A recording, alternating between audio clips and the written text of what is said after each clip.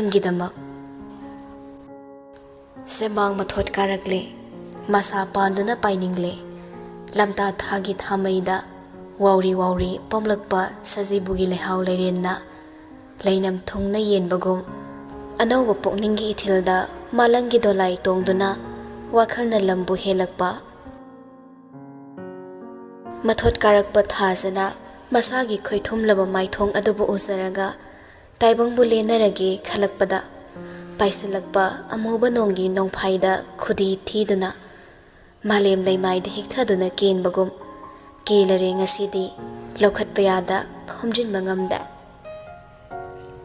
Manau ibungo lenglak-lambagi maram khanglaba bhanu leima Saubata nata mamittagi mapi phawba taduna kaple Phattaba mibu pharakpa ngaibadi samudra mapanda leplaga bus lakpa ngaibagumbani Phararoige khanna phatrabadi punsi konaba phawba phattaduna leikigani Robotna khambasu yada ngasidi majil pena ngangle Tarasano khanna ngangba nate mitmangda leplaga kaptuna taksi sole Karigi kaptuna leiri Pumnamak le khata hallaga hawjik nangna kapsinaraga leithokpa matamlo Kadai aigi sana konungi manglan Namana pama thong khangda leirambana punsi adubu lukha komdagi singkhatlaga yokluba Madugi mahiro aina ngasi fanglibase Robot tongi mangoinana leplaga asawbana wakhal tadraba banubu thatle Phamongda kaptlaga phamlibido makeup helaklabadi robot pakhatna mabokto ansile Nangi asa kairaga karigino angangsida tainabirise Pharasu patrasu aigi chilni Puboki sunasune ayok payokdaba asukuina imungoina laiminaraklaga ahal atok oiraga nganglibo khondu karino Hai nang tumi layo Nangna kari khanglage Ha Thauna amasung saktigi maramda nangna kari khangle Ai loire ai pumloi loire Aningba pumnamak thongzilda leplaraba matamsida hawjikti pumnamak kauthoklagi hingba tarabra Angam setuna chanaraba leibaksida atonba singgi himpham leite haiba nang khangdabra Hingi hairabadi sakti leiba changi Sakti adugidamak natro Ngasi aina sagatjarpa manglan khuding lemna mangledana Pumnamak Mana manau ibungo bu matam chana matang sana laksinba ngamdabadagi thokpani Pumnamak mana thokhanbani Mabu nalaga thamlamba mabokna ngasi mafamda thariba khona du tabada ton hingna asibagum khalakle tumina kaplambadagi hairi khonjela to nikladuna Ai themge bok ai yambung themge magi pira bhongange mabu soina luhong basida mukhalakna bai honage ai mabu them ngamgani Banu sauna laure kapsinagano taningde nangna sagai aduda tinnaba thorang tawba ngamlibase subnatagi manau ibungona magi sakti yenaba konungi magun wangnaba anghambe imungsingbu magi tungna thamba yanaba nangbu loinabi oige lepkibani mana nangbu nungside haiba imungsida nattana leibak miyamna khangi nangi kari natik leiduna pumnamak thadokhraba mabu themngamgadoriba Heni hena khanjilubada oiraroi pumnamak magli haiba wakhal aduga khanbada banu loiba naidre amuksu chak nairi As laina mangkiba khutta taraklaba mani amabu irai laina nakthakiba konungna kadaida saktina kadaida mikupsida kari haiduna mari yelugani leitre hawjikti pumnamak loire matam sangna sagalakpa konung amadi khuman ani gi ngai sen oibagi mari samjinaba yadana tatkre karino Aina hujik tawgadabasibo Wahaidu solamlaga bano makhol thokna kaple Tonso adu mangai kaptuna robot ta yingli Yamung khamatamo Yamung binak to pubiro Ai mabu themge Ai banung sibita bahaisage Magi khongpam hongan biyo Ai mayawdana hingbangam loi Ai magaluongduna konungda magi lei masisa oina leigani Ai gi sumanglan leise Karigino nangna leptuna leise yambong khamatamo yambong binak to pubiro Robot changsilaklaga tonbu konsinbi nupido kaple thamoi sokna kaple miku khuding ningsinghangadaba mairabagi wahaisingdo nakongda hanjin tari khongthang yeina nille khangma ngamlakta robot ki mathada thawai sakna kaple magi khokpam hogalo magi anauba saktamdo ai hingbangam loi magi anauba maithongdo ai pamdiye napalna makul lepa saktina maithong oiba yambongda karigitamak pumnamak potong oinaramlaga aigi thamoiba thugai wirambano Yamu kham tamo. Ai bunung si ai sake. Ai bunung si biyo ai sake. Lai masi sa huidu na ma ai ko nung da nung hai de pan ki se hai na tumina mukta ai sake pa. Yamu mum ta kham biyo tamo. Matau khangi marut ki thangdokraba khongfam tung halaga thangzilakpa merabagi masat natte. Hai krabadi loikre lep krabadi lepkre. Thaidokraba mityeng amuk handuna yengaklaroi. Chimbaldagi thokraba wahai handokduna amuk semdoklaroi.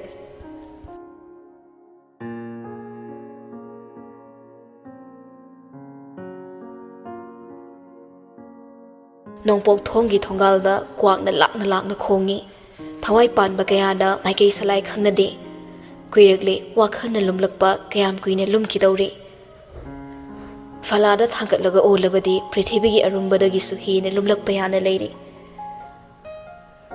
Nungsi mangkre masigi pausana konungda chibon ngangnarakle. Karamna kamdongna satki haibadi mina uhoba makhoi amanigi chindagi taribadu mangaire. Koina thongna satuna khongul liruba loyumba upai leita halakle. Fana mafatte haidunasu loinabina mafam khangkidabada mamo nokpa ngamba mapuroibadudi atangbani. Magi kada matha sana famlinge nawba sangaklaga leplare magi khangzaba khara paudam lei. Sanakhyai bungo chotkiba matamsi nongalamdai leishilakpa matamdane hainari. Konungna irang langlinge urkhulda miyam horakpagi paw aduna mafam khangnadringeida cheraktagi konungdagi thokibani. Maithong langsina phamlamlaba loyumdo mamai tapna laithoraklaga hanglei. Ningshen kamdokre. Magi nakaldagi siriba maralduna kari pakhumle. Ngahaki matungda kari oirakani khanglaba loyumbagi nakongda kari paw tarakani khanglaba nawba wahai amatta khomningde adubu tapna hairi. Pakhum leiti sanakhyai bungo. Urkhulgi khunjasingna thadoraknabagi matam piraga ngairi. Adubu thariba pungdo taraklabadi ahenba thabak paikhatkani hairi. Adubu police station gi maikaidagidi yummaktadagi fangkiba posak oibana thadokpagi wa leite. Khunjasingna sawi haidunasu matangsidadi ningshenbu kanba ngamnaroidore. Loyumba mamai tapna nonthakre maha ningsingli nungshina yengkiba mityeng liyobu lana lawkiba nungshigi wakhal mathana lakhatlaba loyumbabu yenglaga nawba tapna hairei. Kumna thizilabadi ningshe lande haibagi praman puthokpa ngamgani. Yumduda leirami hairibado mafamduda hanadagi leiraba kana amaga punna sinba khusin tharang oigani. Aina haijaribase atai nachade. Ningsengi yumda tangkhul khakta leite atopa jati sule haisabani. Loyumba nawbabu munna yengle. Nangna hairibase konungdagi miga sinabani sira. Oithokpa yai amung sanakya. Konungdagi khakta natana migi mi ngaktane. Ningshen ibongoga yeknaba mina tawbani haibasumadi mayek sengna taaduna leiraba warini. Loyumba ngawre tasengna wari mayamse mahak ngawrakle. Mafam khangkidraba nungshigi wakhal kaning kanba ngamdraba manaw sakpa ningsen. Asukluba tanja asida konungda magi manaw ode. Thongna faba ningkiba thabakta tapthadaba safam lanfam lepa ngamba manaw udrabada hangle. Nangi ambung ninawba ai mabu ode. Asuklu kraba tanja asida mabu kadai chatlibano. Wafamdagi matangda nawbada pakhum leikidre. Walan ngangda purit khawdagi thuplabasi ama puthoraklaga table-da tapna thamlammi. Masado among chumna leplaga hairei. Yambungna sinarambane. Sanakhyai bungogi makhut yohallo takpirami. Yambung halakpaga sanakhyai bungona hangki tamzage. Asi hairaga nawba bebar utlamlaga kadadagi thokre. Piramnibasi do thaba ingkhanggi oiramgani khangbana mafamduda adumak thamlamlaga loyumba wakhal khanduna leikre.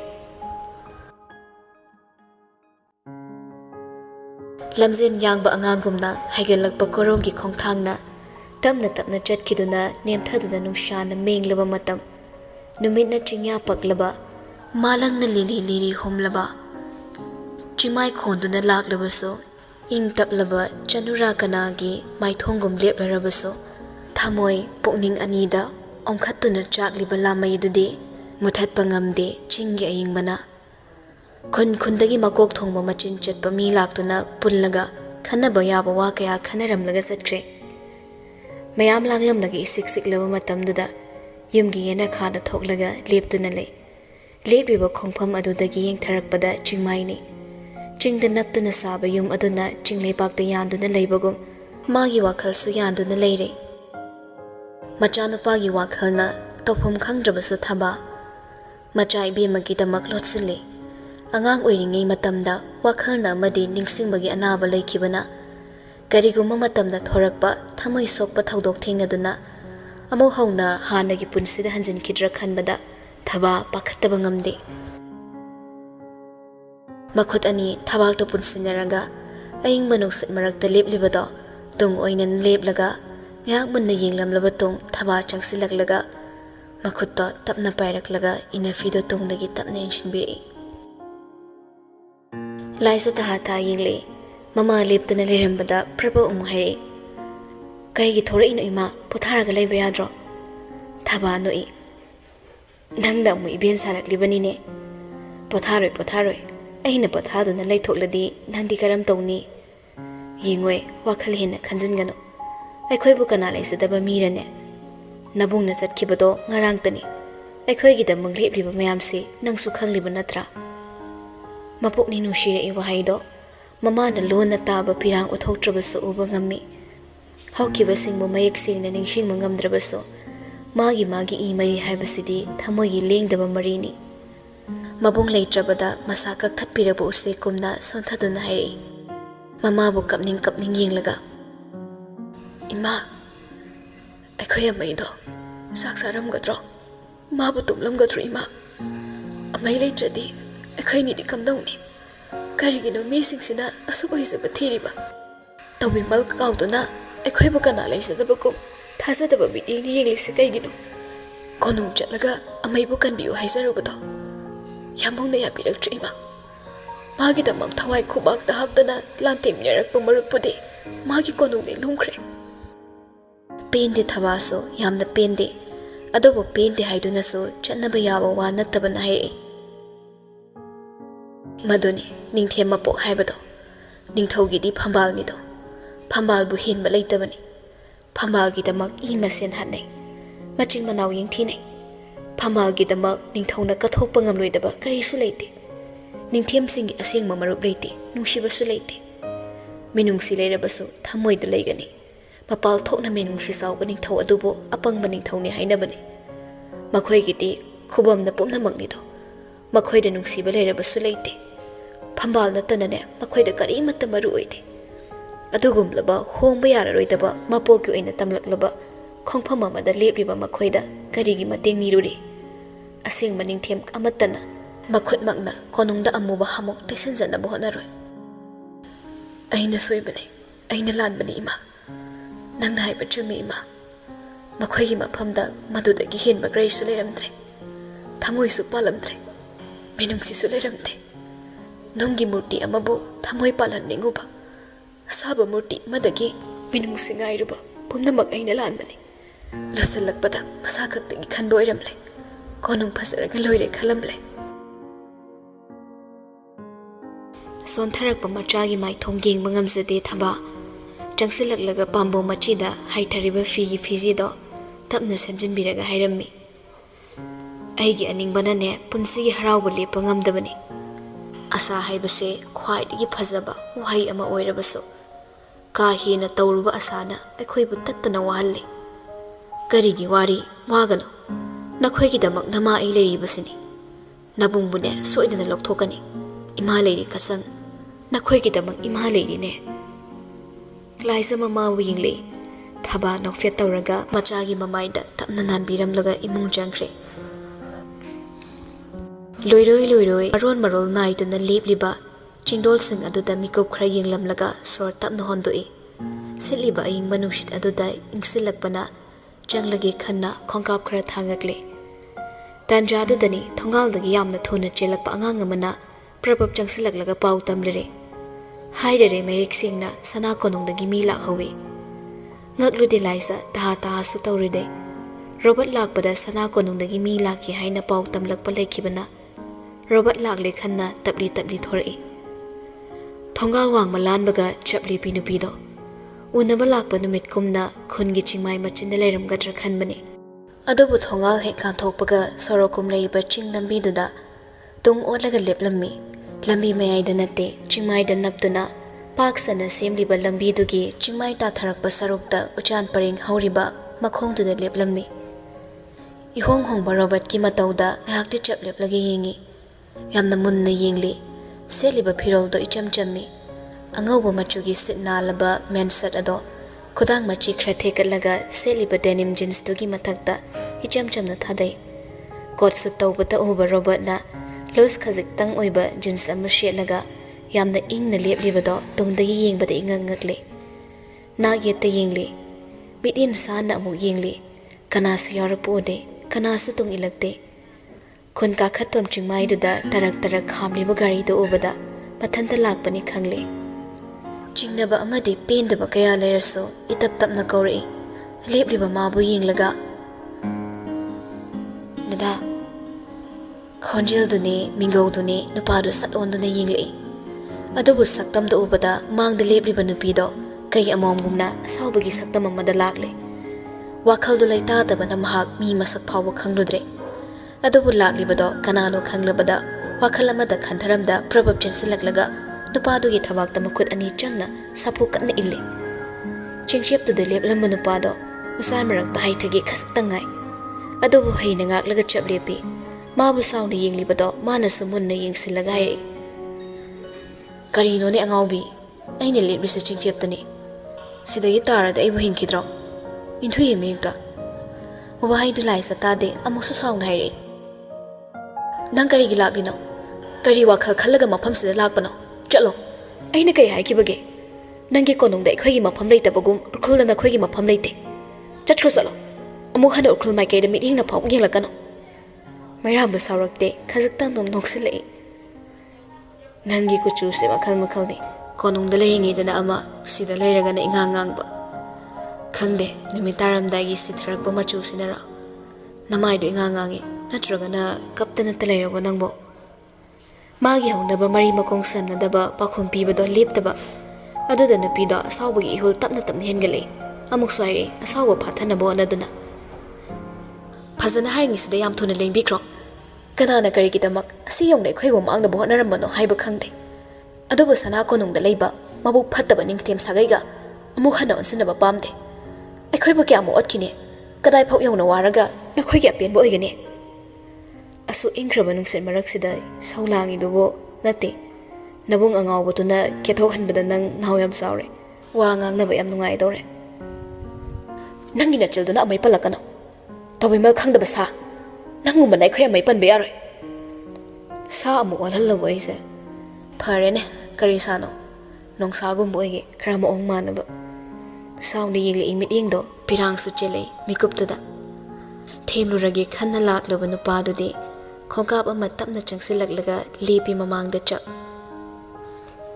imphal da gi noi khon bok lak pase chawrak na pung ahum changi tapna thorak lagana hina changi aduga sirasu yare haibagi khutau thorak lagana pung ani khak changhan basungame ado aiba nungti gi khul up down chat pada taraba aina nakselakpra nangna nakselakpra matause laisa khongkap tung da han nai pa du gi churol do tasande chalo ai khak tana hai ngai da yam thuna hallo nangi konung da nangna saw bugum da mafam se ai gini ai bo sita do na khongpham leng rabaso Manawi bu mana lengbirak lise na thandani kau pigano khogi bung singyam le atai kau thorak traso ramthar do kau thoro wari sanage aro wa khara swairamge aduk lai thokli ba matau do mafam da kariam da bo oina thokle tapthagi onari ba saw do brang ka khatuna khonjal wang lap lawre ai kem da taning di mafam sida lak laga akhoi bu kana le tre khanna kariam ka thainari ba do ai khanglam loi khanbra akhoi mai pulo Pumna magnang na tuan mani. Ngasi pa wai bung dun na khoi da kaya amuk kai kido na. Asuk wa ba mi jet thiba. Kai ba nang ba awa ba bibi ba no. Nasagi ka na bagi dama. Na magna theram ba nang di. Uda bagi uda ba. Kari su uda na leibiro. Mit pun silaga na men sin na nangi sana ko nung da lengshin dun na leibiro. Kari gi lak tu na khoi bu kariam na ri no. Nang kari gi lak li no. Nang kai gi khrup da lak li no. Mapam se tangi mapam na te. Nang lak ka no. Nang na lak isa kari gi no. Wahai singdo hain haina kappada sok tharaba mitlu dagi taru anauba pirang sintharagle saktam do ngaiha yenglam laga taplam nampa khon pire nang chengina lakpo wahaiduda laisagi mityengdo phibam amani thoraba amagom ngaksang pathatkadaba phibamni adubu thausadaba nupadudi makha tari fi yomgadra natraga ningshani mada hairamgadra atayda haidraso ramtharda de hairamo aiga sendora hairaso ai swaida sungairamge mabu sauning bana marol fawba thokidre asuk usittaba haina wakhalda taksi soli taramdai numitki mangam sandraba nungsana maithongda yeibada chingi chanuragi haunasa gangtakpa khazai anida taru taru chenthariba ising chaibigi isingum lekna chenthariba pirangdu yengi kaplabasu asuk phajabra khali adubu pirangbu phajai haiduna asum tahallaga leirabadi haunade khanna khongkap amamuk thangsilaklaga ye thangma makhuto tapna thangatlaga tariba pido taithokpiri tathotpa maithongduda khikthariba sai maru kharado narumda tapna mugep sinbiraga haire lakpagi maram hangkibadai haige munata ai laavani nangi nakta lakpani chumna lakpanate pumna mo khundok lamaga nangi nakta lakpani nangidama nangkhaktagidama asawbagi ihuldo tapna tapna sitharaktuna ingaw ngawa meeting na yinglei chorol loliba nupa adugi matauda saunilap amo hangi mafam sibo manawi pongogi chorol lan phamni khanra wahe dugi paring na luitringe meraba makut khodom biduna wanga ngakliba chimbalduda kitnam silaga thamduna yei nokmi chirol gumna manawi pongo hairano yambung kausana yambung khak angak pamit yeng ni yeng labaso ngakpagi loiba naidre haining libado karino haibo hang amana tattana wakhalda laktuna karino haibo mairabo ngakna yenglei wahang pu pamit yeng amana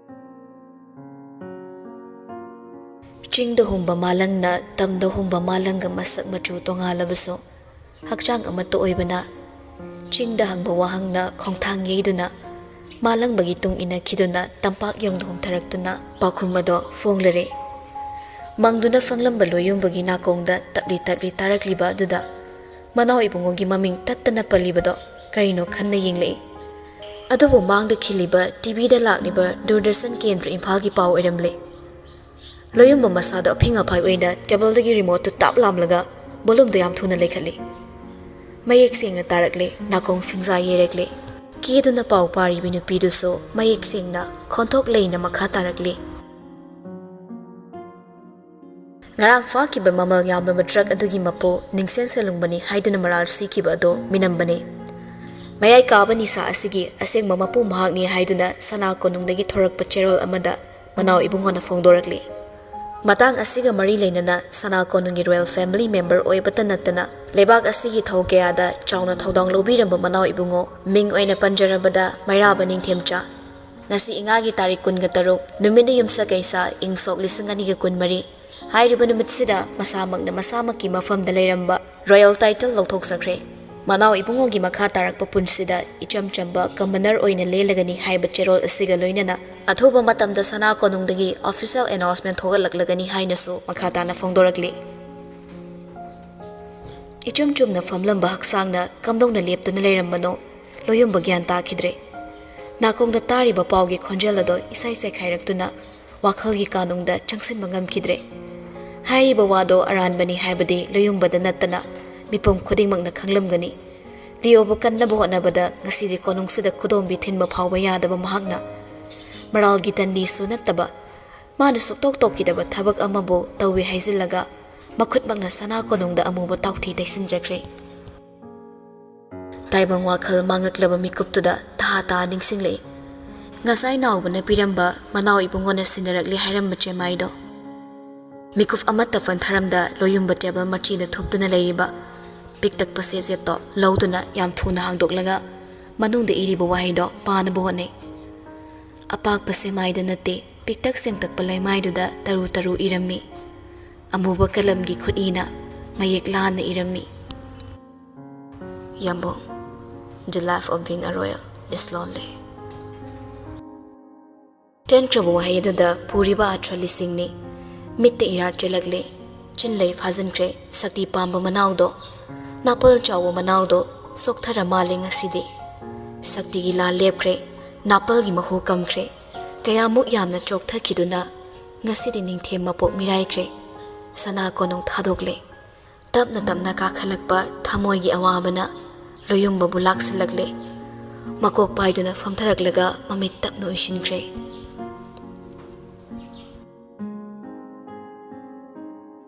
ꯆꯤꯡꯒꯤ ꯂꯩꯔꯥꯡ ꯑꯣ ꯅꯨꯡꯁꯤꯕꯤ, ꯃꯥꯏꯊꯣꯡꯅ ꯁꯧꯒ꯭ꯔꯤ ꯃꯄꯥꯜꯗ ꯁꯤꯂꯣꯛ ꯁꯛꯇꯝ ꯆꯪꯕꯤꯅꯤ. ꯀꯨꯁꯨꯝ ꯂꯩꯗꯣ ꯀꯦꯜꯍꯧꯋꯤ, ꯀꯣꯝꯕꯤꯔꯩꯗꯣ ꯂꯣꯠꯍꯧꯋꯤ. ꯇꯉꯥꯡ ꯂꯥꯕ ꯍꯌꯥꯏꯅ ꯏꯀꯥꯏꯅ ꯅꯪꯕꯨ ꯌꯦꯡꯍꯧꯋꯤ. ꯆꯤꯡꯉꯨ ꯀꯅꯥꯒꯤ ꯃꯐꯝꯗ ꯑꯊꯦꯟꯄꯣꯠ ꯄꯨꯀꯠꯂꯕꯁꯨ ꯅꯪꯕꯨ ꯁꯥꯠꯍꯟꯕ ꯉꯝꯗꯦꯗꯣ ꯁꯤꯔꯣꯏ ꯆꯤꯡꯁꯥꯡꯗ ꯅꯠꯇꯅ.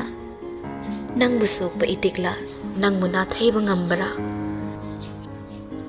ꯁꯤꯔꯣꯏ ꯃꯥꯒꯤ ꯃꯐꯝꯗ ꯂꯤꯂꯤ ꯅꯪꯅ ꯁꯥꯠꯄꯗꯤ, ꯆꯤꯡꯁꯥꯡ ꯃꯥꯒꯤ ꯂꯦꯝꯖꯐꯝ, ꯎꯈ꯭ꯔꯨꯜ ꯃꯥꯒꯤ ꯄꯣꯊꯥꯐꯝ.